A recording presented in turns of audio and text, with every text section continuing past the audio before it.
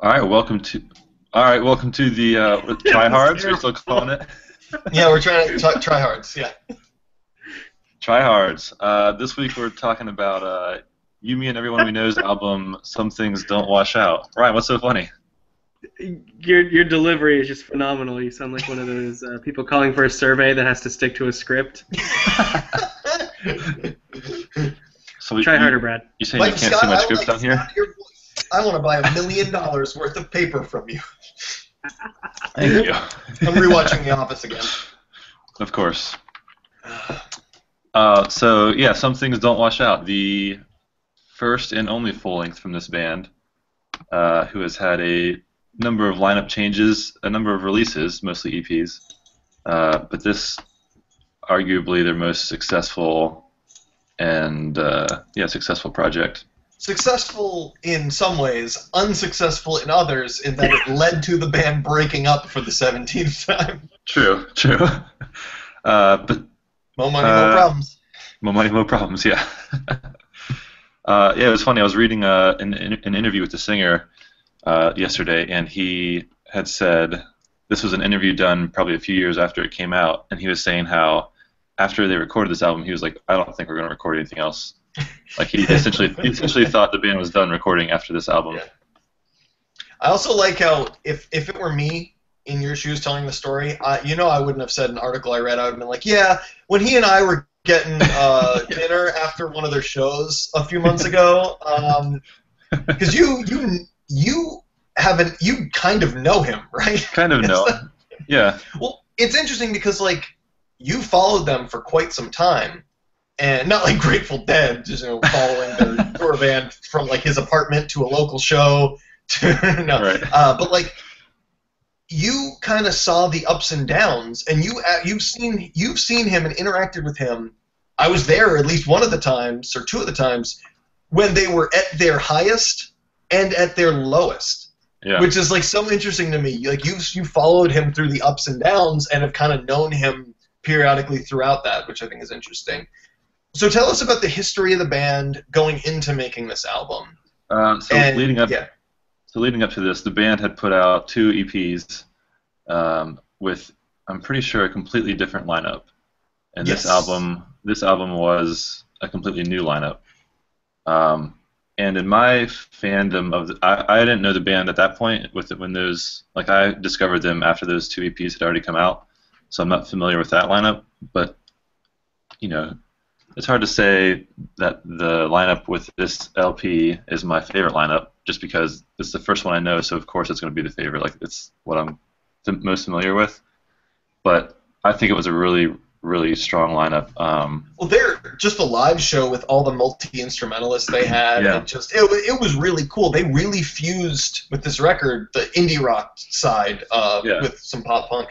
It was a pop punk band with like keyboards and trumpets and like great backup harmony vocals. I loved it. Yeah. This record, like the Kesha record, I loved the background music, but I absolutely hated the singer. Throw that out there. He is the Kesha of power pop. Yeah. Or you hate the lyrics or just the voice?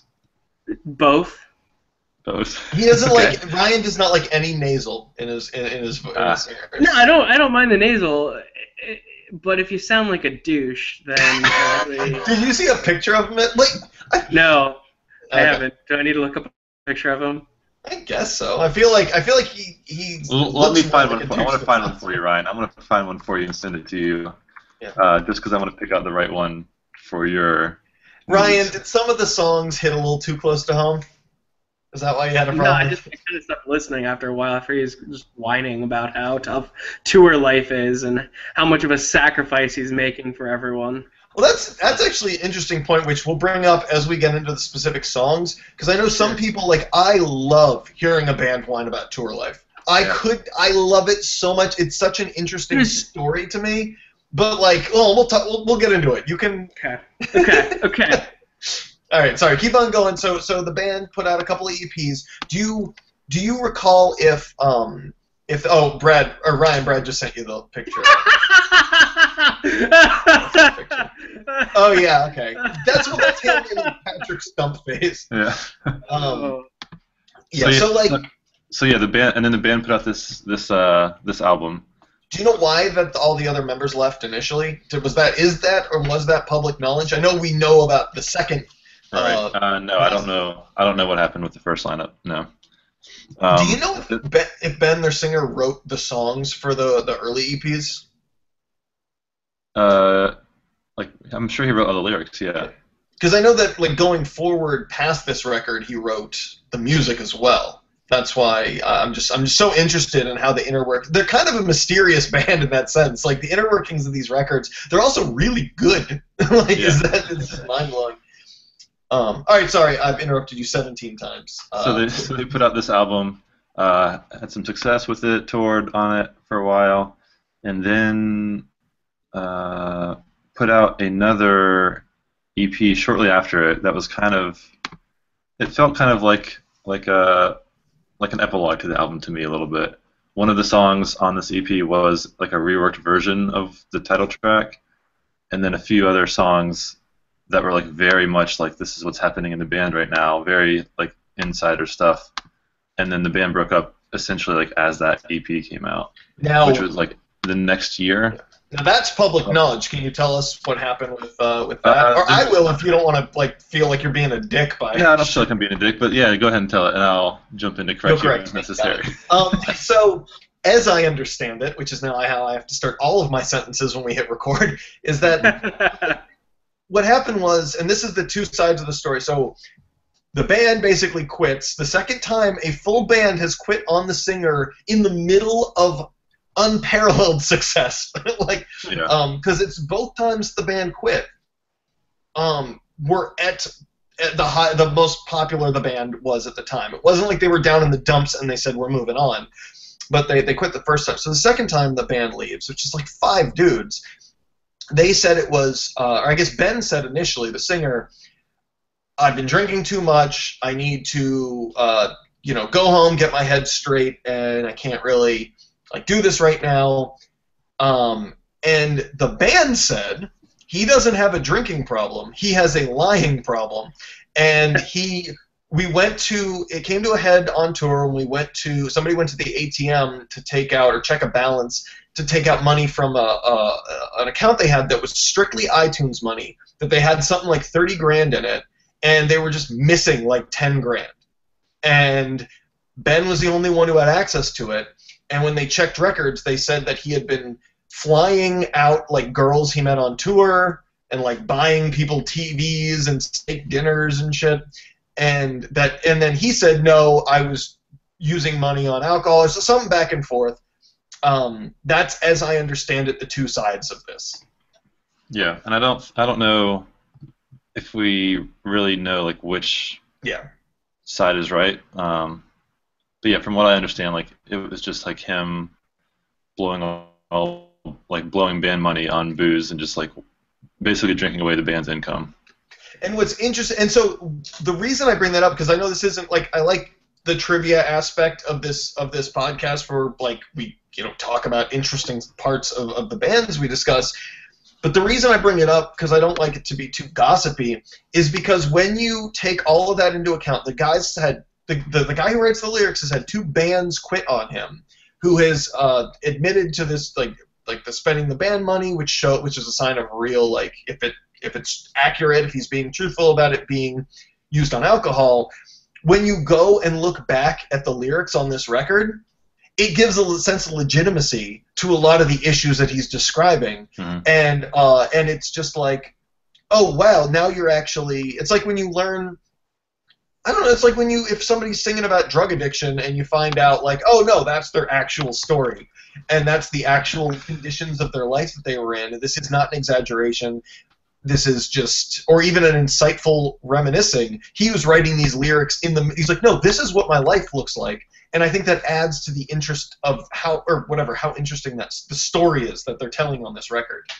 Right. And that's why, like you said, you love bands singing about this kind of stuff. Like, and I totally agree with you. I don't want to hear you, sing about girls, whatever. I can kind of relate to your... I don't want to sing about girls or what they mean to me.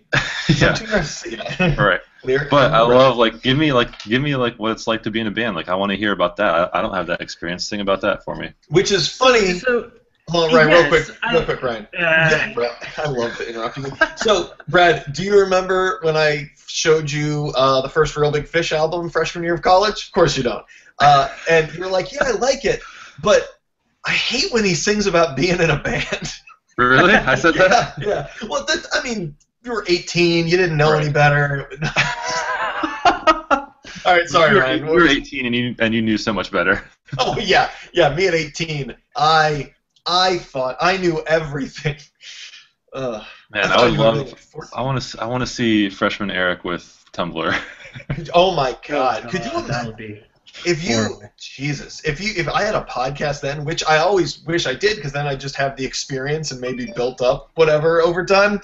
Yeah, you But might if I actually had have. it, it would be fame. fuck you. Yep, probably. I hope so.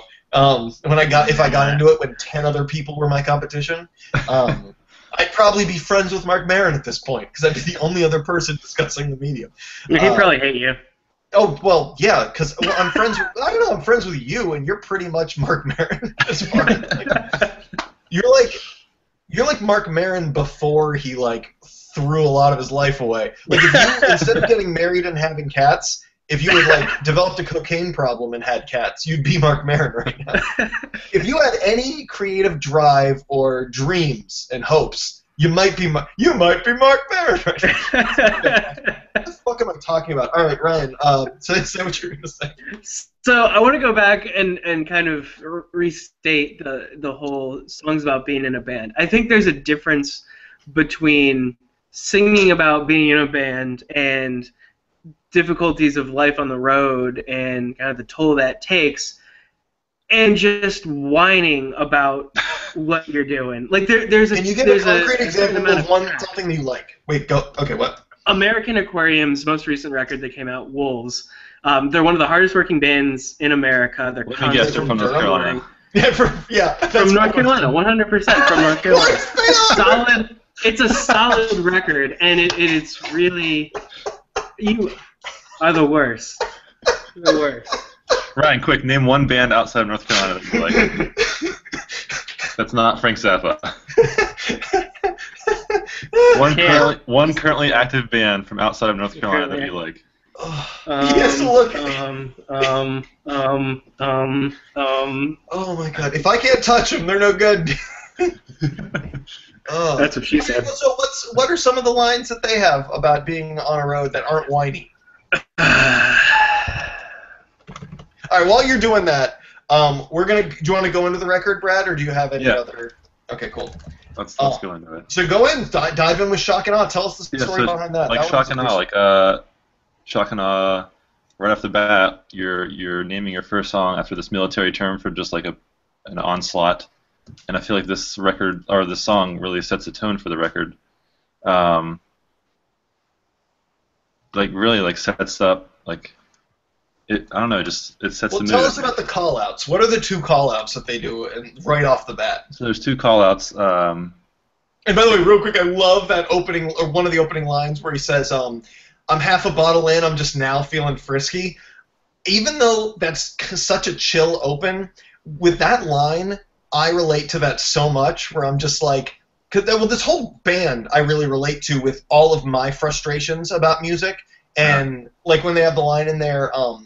I think at this point, I think we've been pretty cool about losing tours to bands with only half of our pool. Yeah. It's like that for me and Heavyweights, but locally, it's very much like big bands come to town, and bands get on that bill who can't draw like 10 people, who don't put together a decent live show, who have garbage songs, and I'm sitting here at home like we're the life of the party, uninvited, again. Yeah. And I want to call out all these people, but it's so uncouth. I did it once, and I got a lot of blowback from it.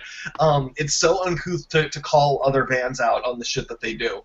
And this whole song is just saying all the things you're not supposed to say as a band. Yeah. So give us the specific two call-outs, because those are kind of cool stories. So yeah, just to start off the second verse, if you will, this song. This is a fuck you to Richard Raines, who told me I should lose some weight.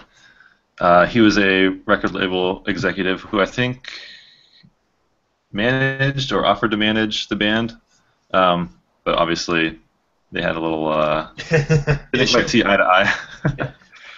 Or belly to belly. Or belly to belly, yeah. And like I don't know why, but like I just think when I hear the name Richard Rains, it just sounds like a fat guy. I don't know why. Like I picture Rob Reiner essentially. That's what it is. The RMI. When I hear that name. Yeah. And the second, which is funny, but like who told me I should lose some weight? Because the next song is called "I'm Losing Weight for You." Yeah, because it's still war on him. Yeah. It still was like, I fuck you for saying that, but I'm gonna do it because I care about my dream. And if this is something I have to do, as much as I disagree with it, then I'll try. And it's worth noting in the song, like his name is censored out. Yeah, because I think they were still somewhat working with him, or the people they worked, the label that they were on was like, let's not piss off this other guy who like swims in the same pool as us. Yeah, I did. At some point, though, I managed to find somewhere online a version with his name still in it, or not edited out. Was there like an acoustic version, maybe? Because I feel like I've heard that too. Well, they definitely performed it, like live in studio YouTube series without censoring it. But there was some like a studio version. Oh, okay. I have without it. And then the very next line is, "Come to think of it, Payne, you too. You screwed our fans, so we screwed you." Payne being Cody Payne of what band? He was in The Dangerous Summer. Oh yeah, those guys snorted their entire Kickstarter. Like that's crazy. Those dudes do not give a fuck. But by the way, my old bassist went to high school with them. Like they're from they're from the high school next, like down the road from mine. Huh.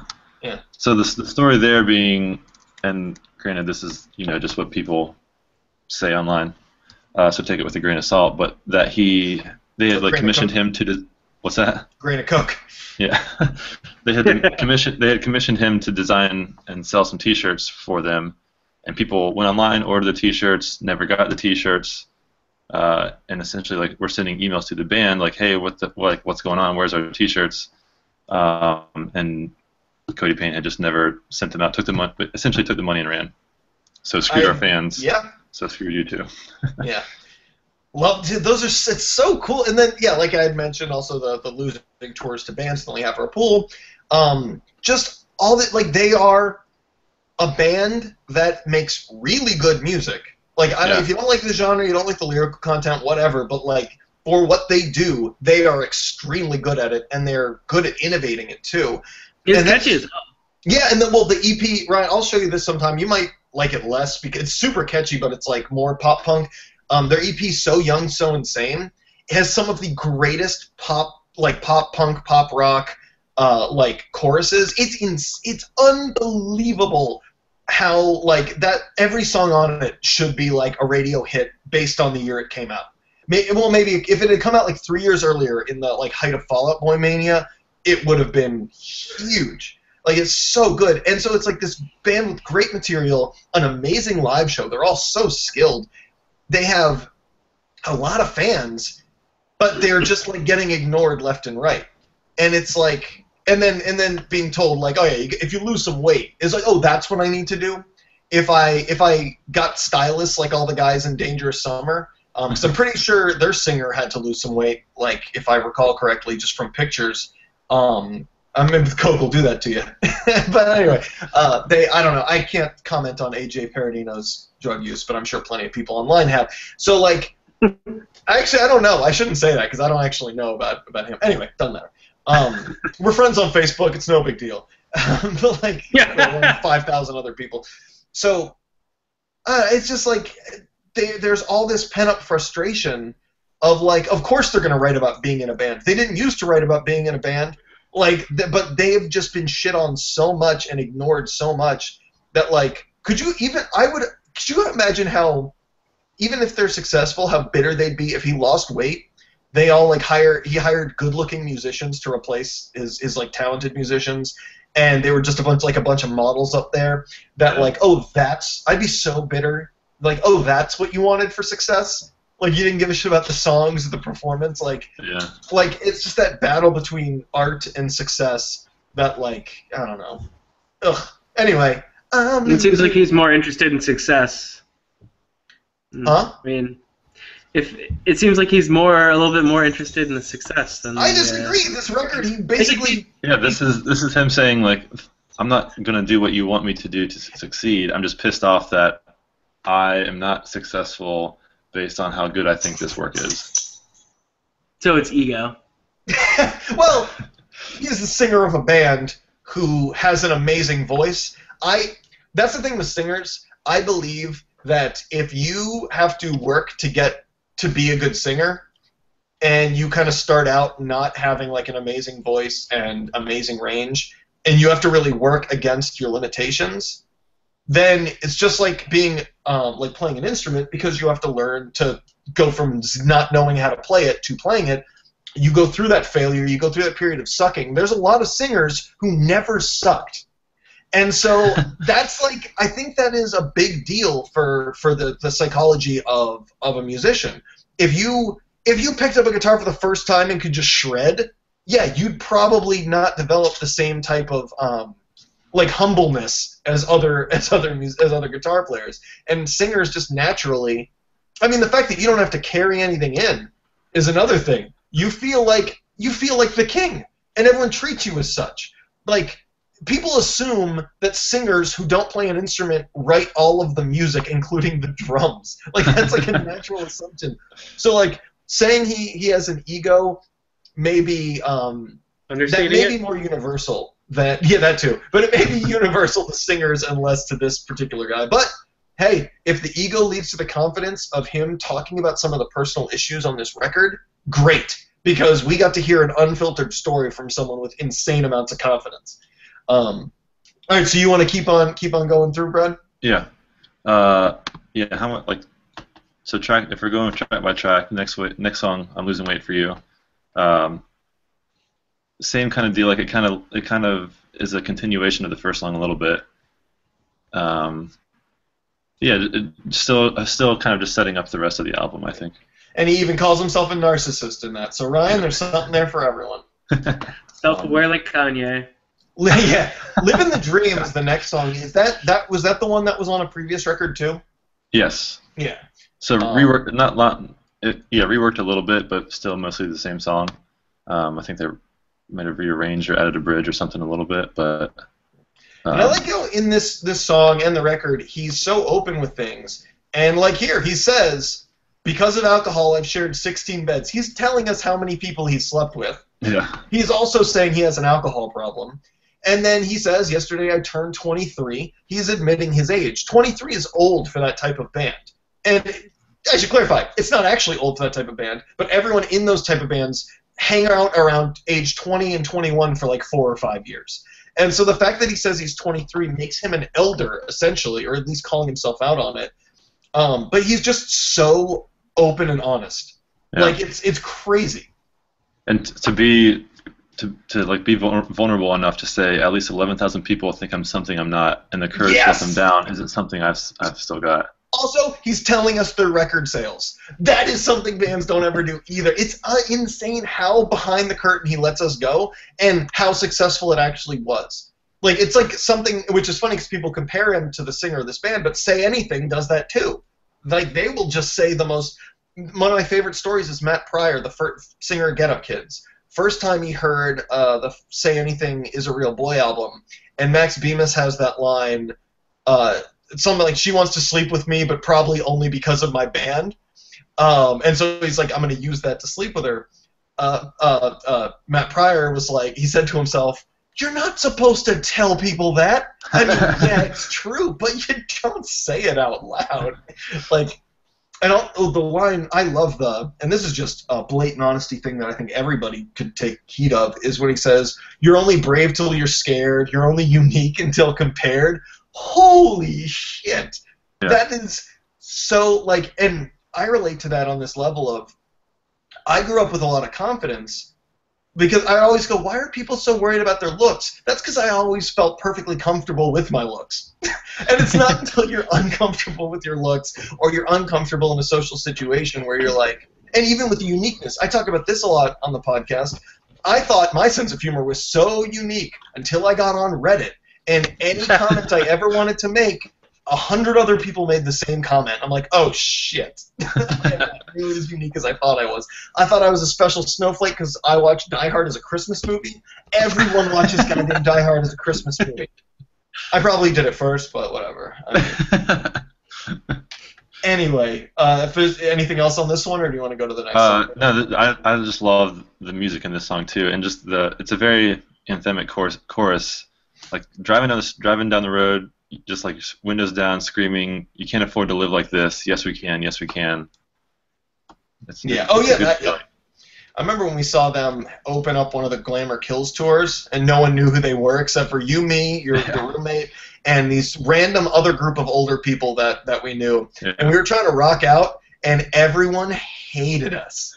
We weren't even moshing. We were just like hands in the air and singing along. They hated us because they were all Ryan. They were all like 12 and 13-year-old girls. And the headliner came out and was like, "I see a lot of sexy women in the crowd tonight." It's like, oh, jeez. All right. Anyway, Ryan, I'm gonna get Ryan in here. I want to see where he's thinking so far. I mean, I don't really have much to say, really. I mean, I listened to it. It was. I mean, musically, it's good. It's not it's not my bag, but I acknowledge that musically, it's good. I don't know. I just had. I don't know. The one line that that really stuck out was when he was talking about his sacrifice, and it just kind of rubbed me the wrong way and left me with a kind of annoyed impression of the record. Don't you think on some level he's kind of like in that particular song? I can probably give that to you, not that line, but other parts of the record. Where he says, "My sacrifice goes unrecognized." Oh yeah. In that particular song, though, Ryan, and again, I'm gonna give you credit. That moment where he blows things up a little out of proportion happens a couple times on the record. He's being honest. I can't really fault him for that. But that particular line, though, Ryan, in that whole song, he really is explaining how he's not proud of feeling that way. He's saying like, maybe he is. I don't know. I was gonna say, I feel like there are points in this record where he is going like, I am a narcissist, and that's not a good thing, and I make myself and my things seem much more important than they really are, and I'm admitting having these feelings just to show you how I'm feeling. I'm not saying that this is a good thing, and that happens a couple times. However, that line may actually be one of those times where he's like, pissed about, I guess. I don't know. It's back and forth. It's just a flawed human being. If he was a character on a TV show, Ryan, you'd love him. Would I love to hate him? I don't know. It's a classic anti-hero thing. And I feel like anti-hero stuff hasn't seeped into music as much as it has TV. Because I think with TV, you can kind of like, you can get a bigger picture of it. Whereas with music, it's almost like everyone's always being sincere. Mm-hmm. I don't know. Except for Frank Zappa. You dropped out for a second for me. Me or Ryan? Whatever the past 10 seconds happened. Yeah, well. Ryan, calm down. All right, sorry. So Brad. I want to move on to Bootstraps. I was going to say, get to it. This was the song that introduced me to the band. Dude, we've got the Arsenio Hall audience in Ryan's house right now. This had come out probably a few months before the album came out, and I Bootstraps. Like instantly was like loved it. Like, yes, this is exactly what I've been looking for. This is my kind of pop punk music. Like everything else to that point, I'd be like, yeah, this is fun. I like this. But this, when I heard this song, it just hit the right spot in my head, and I've just loved it ever since. That's Bootstraps is hands down my least favorite song on the album. I have Really? nothing to say about that Is shit. this the one that I was referencing? No. No. Okay. We'll find that one. We might have Why- even already skipped it. Why is this your least favorite? That might be a lie. I think I listened to it again recently. It used to be my least favorite. And here's, oh my god, here's oh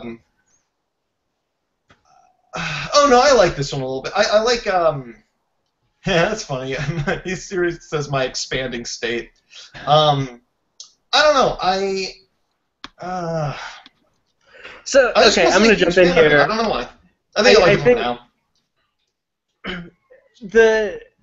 I think one of the other things that doesn't rub me the right way. I mean, this could just be my prejudgment. You know, I don't know the guy, but it seems like he's from these lyrics. It seems like he's one of those people that's always, you know, he sounds like a privileged white kid that he's always had it all. Well, he sounds And white. now- I'll give you that. Oh No yeah, one's but confused. it sounds like he's like had everything, you know, kind of. He's had an easy life, and now he's running into a few bumps, and he thinks it's, you know, the hardest thing ever. You know, struggling that hard life of trying to be successful. But it seems like he might be over exaggerating his kind of place. You know what I'm saying? Well, then when you compare it to his self-destructive nature, like even if it's I guess you're reading it as he's asking for sympathy. Yeah. I'm reading it like he's making a confession. Yeah. Like that's in which both. I mean, if he's, and I guess that's just if we're really gonna debate it on that level, his fans, I might actually side with Ryan, not on the intent, but on how it's perceived, because I would bet based on the fan base. Because Ryan and I, or Brad and I, we're not the typical fans of this genre, let alone the typical fans of this band. It's entirely possible that the fans of the band, just like of the genre, are reading it as, oh my god, I love him so much, he's so sad. Let's give him all the sympathy in the world.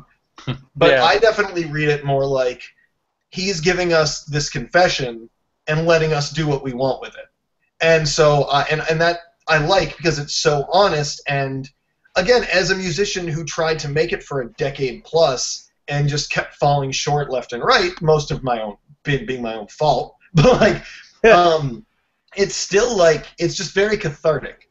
So I may be coming from I'm probably putting my own, like, just like you're saying, you might come in with a specific bias. I might be coming in with a specific bias too. However, for periods of my life, I've lived in that world. So I think my bias might be more educated. This is what it is, Eric. You've had all these same struggles, so you relate to it that way. Ryan, you've had all this privilege, so you relate to it that way. Let's be real, though. I am the most privileged person in this podcast, and it's not even close. It's not even close. Yeah, I wonder if people think. I think I put off the wrong image of myself because I'm not like. I'm not that like privileged compared to how I act, but like it definitely like I've had a nice easy life. I think we all have, especially comparatively, but me probably the most. I think, right? Is that a confession, or are you asking for sympathy? Son of a bitch. All right. Some things One just don't want. last thing on Bootstraps before we move on. Yeah. I love the bridge.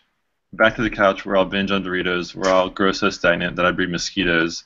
I will saturate my expanding state. And the music like comes to this like lumbering. It feels like a big fat person going back to the couch to binge on Doritos. Like the music slows down. It's a big and it tuba, feels just like- womp, it's womp, taking- womp, womp. Yeah. It's taken these big heavy steps and it really lends itself to the lyrics. That's pretty. Yeah, I listening back on it, I liked it a lot more. I should just very briefly say, this record grew on me over the last 2010, so the last 5 years. This record, you got it like the day it came out. You took me to go see them. Yeah. I've seen them 3 times with you, and like it just. So I kind of like got in on them not long after you did. So I've had the same time to process it, kind of. And for me, I knew you loved it right from the start. It took me a while to really like it because I'm not usually a fan of this kind of pop punk. But as time has gone on, I liked it more and more and more and more. And What do you mean? What do you mean this kind of pop punk? like mixed with the indie rock stuff, mixed with multi-instrumental. I like my pop punk to be, or even my power pop, which is I guess what people would call this now, to be guitar, bass, drums, vocals, like all distorted all the time, loud and fast, and then maybe a synth thrown in. So like Motion City Soundtrack could get away with a synth, and I love it. But like all the extra stuff is just like, and it's very mid-tempo. I'm not a fan of mid-tempo pop punk, but because of all the like my growing music taste, along with, I think that this album wasn't meant, I think, to be, for me personally, to be listened to at 23 years old or 22 years old. But no, 24 years old. I think it was meant to, like, it just, I didn't relate to it in the same way as I do now, both musically and lyrically. So whenever I have those initial things like, oh, I don't like Bootstraps, that's probably not accurate anymore because I've listened to it recently and didn't have any issue with it. So Some Things Just Don't Wash Out, the title track, made me think he was on coke, because they say, I also thought, like, there are a couple of things that he says that I thought that's what he was referring to, but I guess he was just referring to alcohol for the most part. Oh, I thought he was referring to, like, not taking a shower for more than 2 days. It was kind of fun. So, like, oh, I had to tour to another city, and I didn't shower that one time. That was tough. Ryan took this as a literal something. Some dirt is kind of hard to wash out of your hair when you're taking a shower. You know what? Maybe now I'm thinking right now I'm getting where you're coming from. I think you've drastically overinterpreted this in a literal sense. And you're just like, who would write about bootstraps? They're not that hard to put on, guys. Oh yeah. All right. So, do you have anything on Some Things Just Don't Wash Out? No, I think it's a repetition of the themes of the record. Right, yeah. That was the other issue I had with this. It's kind of become, I feel like it's kind of become the band's theme song a little bit. Yeah. It kind of encompasses all that. And just, I don't know, it's a very, musically a fun song. Yeah. James Brown is Dead is a very fun song, but I don't really get much out of it other than, like, it's just another, and we'll get to that when we go, his wordplay in a later song, in a little bit more, because that wordplay is just insane. But this is just a lot of cool, like, to me, you just threw a lot of cool shit together, mixed it with some decent wordplay, and had a catchy beat. That was about it. Yeah, this song is definitely my least favorite on the album. I feel like it almost doesn't fit to me. It does, you're right, it doesn't, but it's cool. Let's get to the real. Tell us the story about the next 20 minutes, because I looked at this completely differently after you told me about it. Next 20 minutes being probably my favorite breakup song ever. This song's insane. Let me pull up the lyrics here real quick. Ryan, any thoughts on this song? I think this might be where I stop paying attention and just kind of started You want to? See, I was gonna say, Ryan, the second half of this record, I feel like you'd like a lot more than the first half, because it really like gets closer to what you like. Well, then maybe he should have reordered it if his audience was big. He should have for you. He should have reordered the record. You know what, Ryan? He should have reordered it and moved to North Carolina before releasing it. Yeah. That's one way to win my heart. Oh, that's funny. Oh my God. Do you know where he's? Or have you got it up yet, Brad? Yeah. Okay, I had more filler planned. Boy, if I had a nickel. So yeah, it starts out. If we're gonna have it out, let's have it out. Like instantly, you feel like you're in this room with these two people, about to hash out this thing for the next 20 minutes. And yeah, this is like a page ripped from his diary or ripped from like a conversation, and it feels so raw. And he's painting himself as the villain, even though as we get into it, he's not exactly the villain in the scenario. Well, so let's jump to the infamous stanza.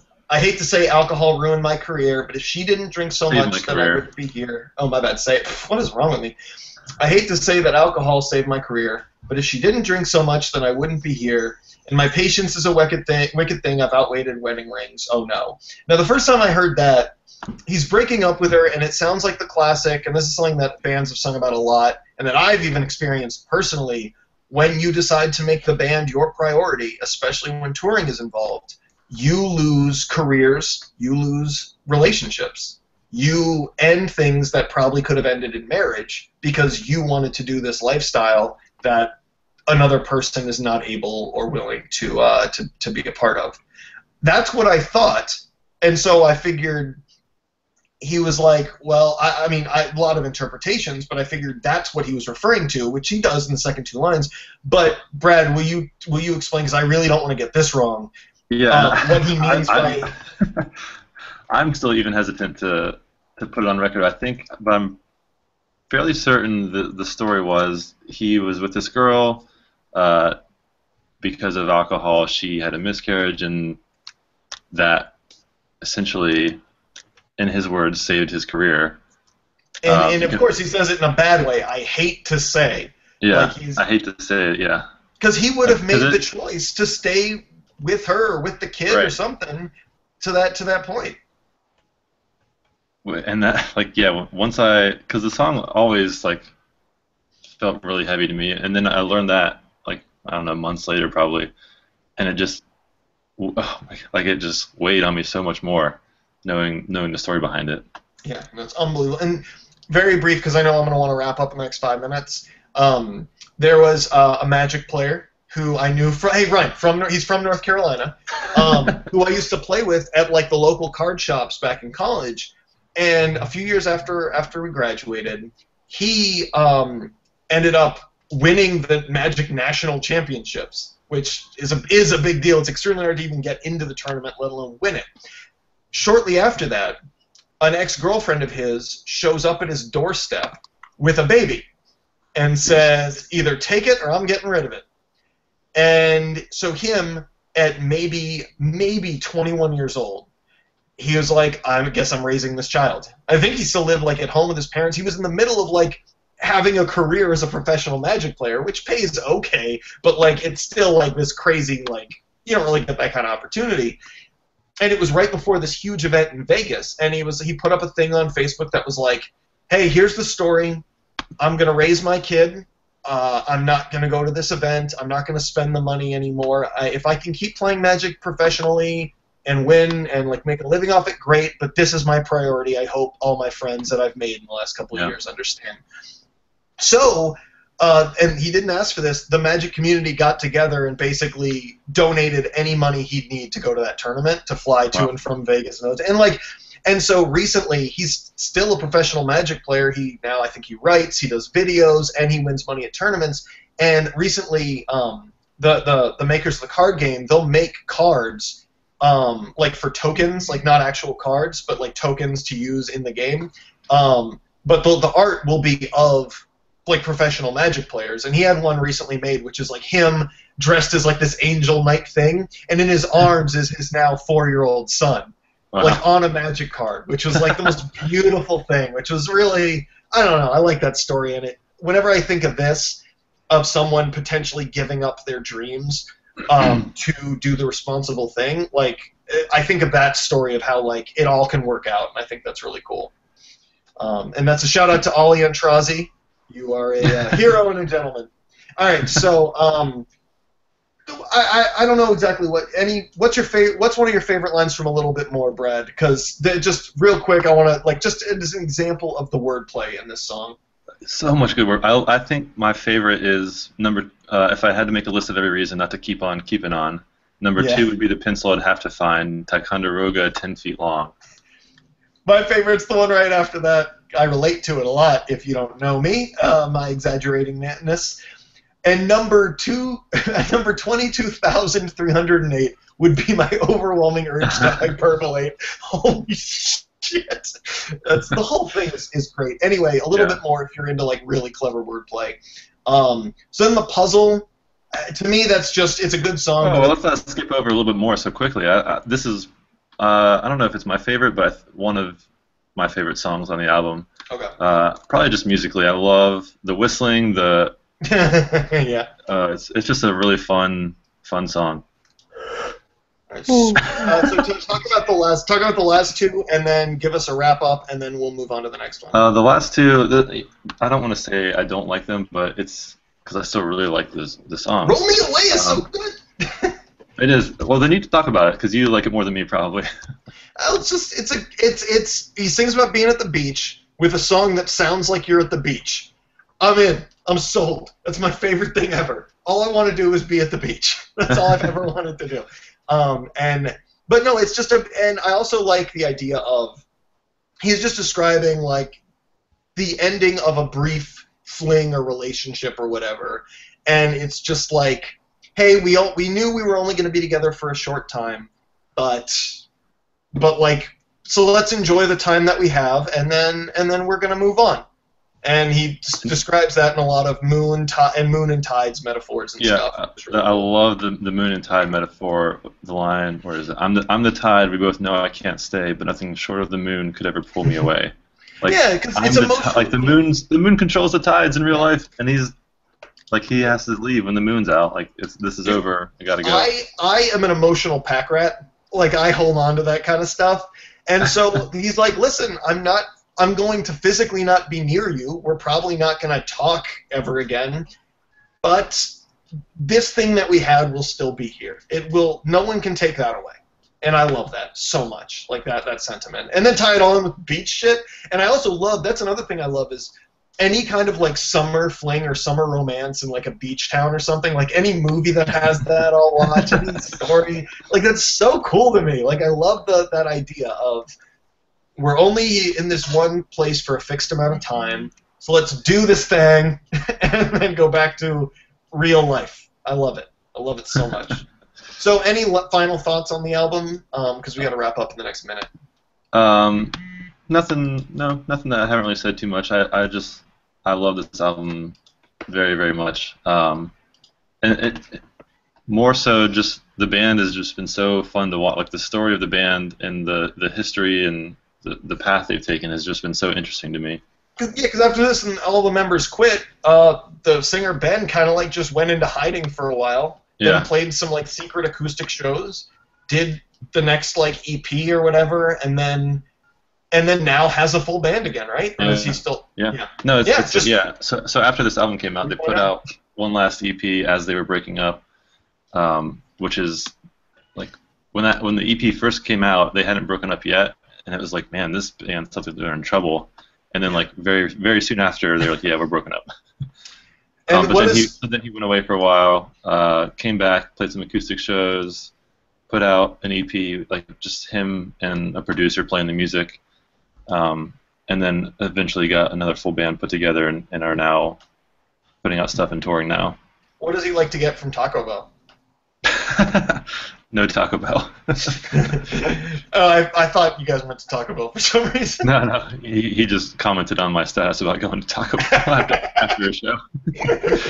All right, sweet. All right, well, thank you guys, and I mean, this will get posted whenever, but I will see you guys in 1 minute for the next one. All right, we'll catch you later. See ya.